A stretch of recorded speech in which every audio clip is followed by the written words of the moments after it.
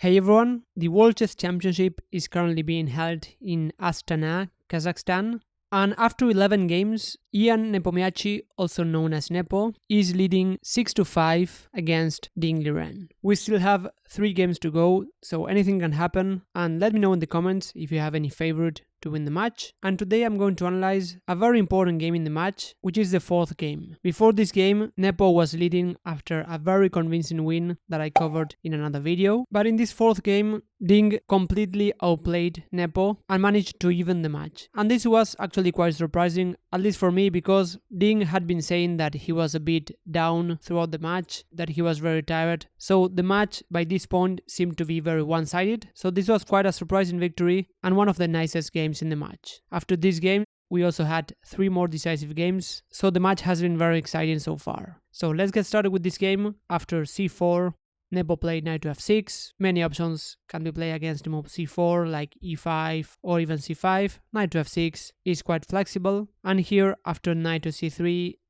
Nepo played e5. And here, Ding played knight to f3, attacking the pawn on e5. Nepo played knight to c6, which is the most natural move in the position, defending the pawn and developing a minor piece. I just want to mention that the move e4 here is a move actually a bit complex. The point is that after knight to g5, this pawn e4 will normally fall because queen to c2 might also come to attack if necessary. But black has an idea to sacrifice the pawn in this position in more than one way actually. So here the move b5 has been played in this position, which might look a bit strange. The idea is a pawn sacrifice to gain control of the center. For example, after pawn takes, black might play d5, getting these 2 central pawns that are very strong. And actually in the game, later on we'll see how white is the one sacrificing a pawn to get an imposing center.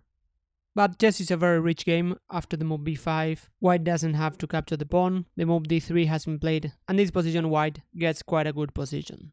Or another idea after e4 and knight to g5, which by the way is not the only move in this position. Knight to d4 might be an idea, but knight to g5 is quite ambitious to win the pawn. Here after knight to g5, black might simply give the pawn after c6, and after white captures, black trades, and after d5, black gains some tempi attacking the knight. For example, after pawn takes and pawn takes. If knight to c3, black will play d4, or if knight to g3, the move h5 has been played here, planning to go h4, and we get this actually very modern position where black gave a pawn. Black even has an isolated pawn, but black has very quick development. We see how these bishops are actually already quite active in their initial squares, where white still has to develop pretty much all of the pieces besides the knight on g3, which will be attacked after the move h4, and we get this position where black seems to get good compensation for the pawn. For example, here the move e3 has been played, but black has fairly good compensation for the pawn. But after knight to f3, Nepo played knight to c6, which is more natural in my view, just developing and defending the pawn e5. And here Ding played the move e3. g3 is actually quite a typical move in this opening, in the English opening, planning to fianchetto the bishop. But the move e3 is also a very natural move. And here black also has many options. d5 is an idea, bishop to b4 is another very common idea in the position.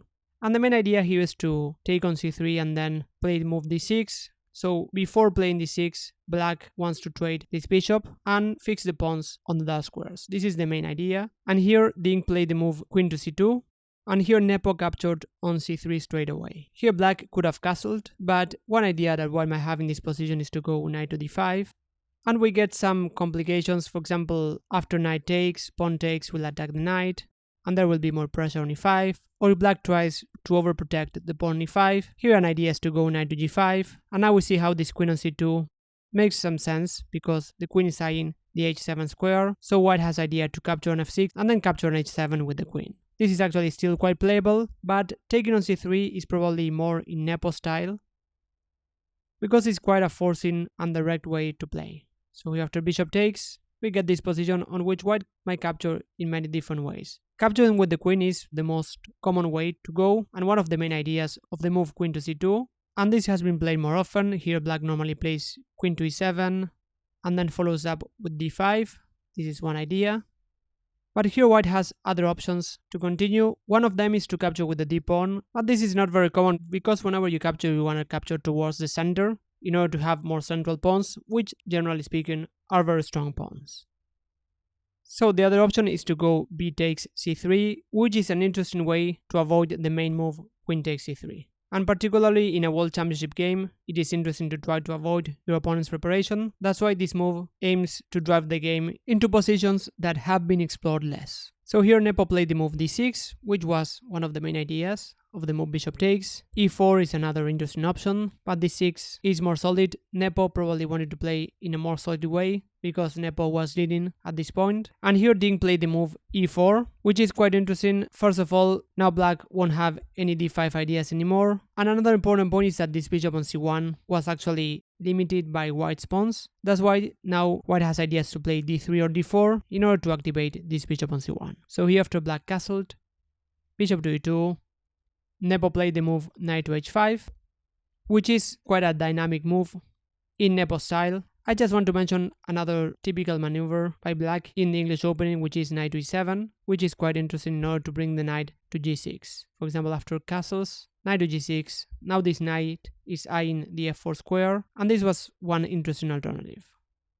Knight to h5 is a move which is probably a bit riskier because, as you probably heard, a knight on the rim is dim, so playing a knight to the edge of the board normally is a risky idea. So here Ding played the move d4, and here Nepo continued with knight to f4, again in Nepo style going for direct continuations. The move f5, for example, here was an interesting alternative, going for a sharp game, but again probably Nepo wanted to play more solid, or queen to f6 was also another interesting move.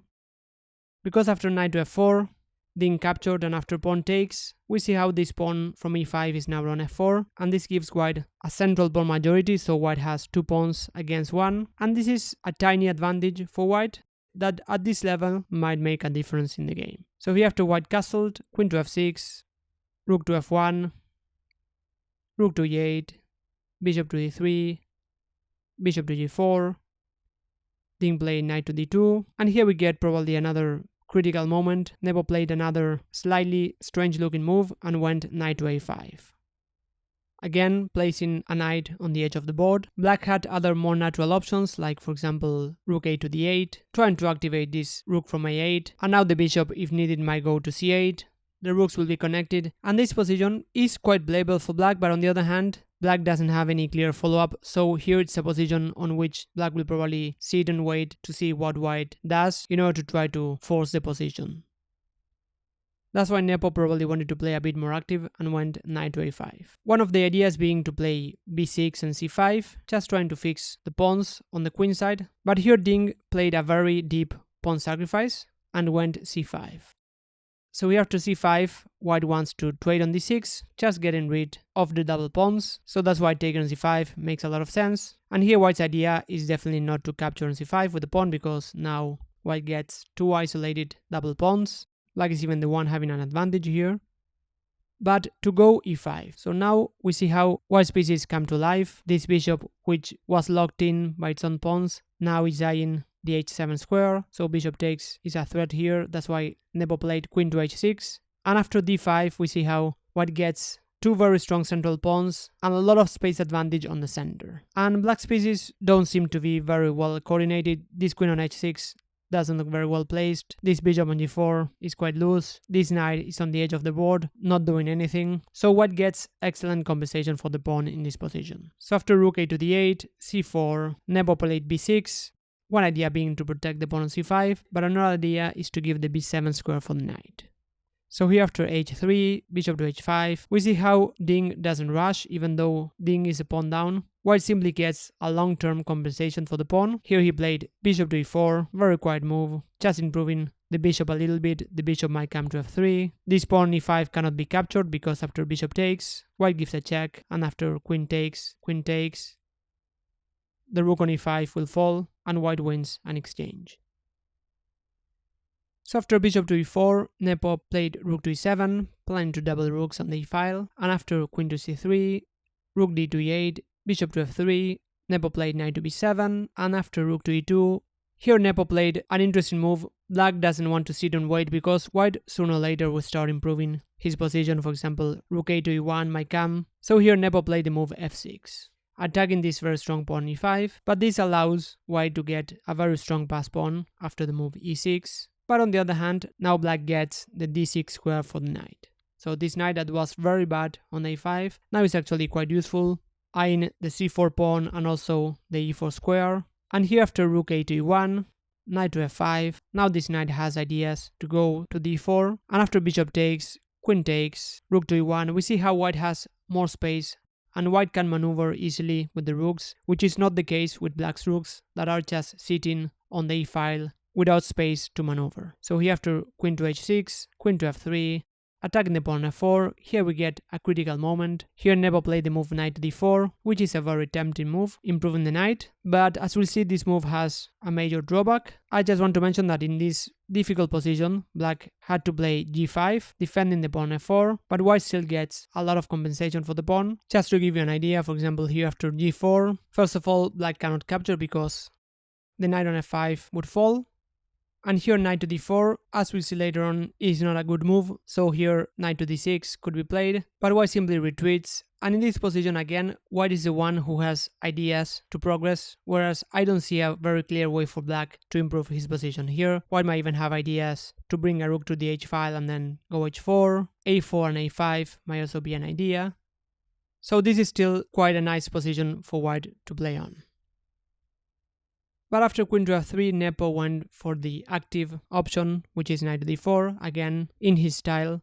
And this seems to be an interesting idea because the idea is to give the pawn back on f4. Now the queen is being attacked, so after queen takes, black idea was probably to trade queens, and now go c6 and start attacking these very strong pawns. So white might have ideas to trade on d5, and then go rook to d8, trying to attack these very strong pawns.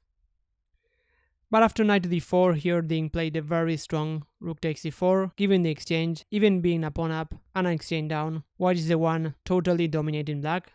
So this is a very nice positional game by white. And after pawn takes, knight to b3, now this pawn is going to fall, and this knight on d4 is going to be even stronger than a rook. So here Nepo played the move g5. It was impossible to defend the pawn on d4 with c5. Here white has many options, even taking on c6, but d6 is very strong because after rook takes, white can pin the rook. For example, after queen to d5, this rook is pinned.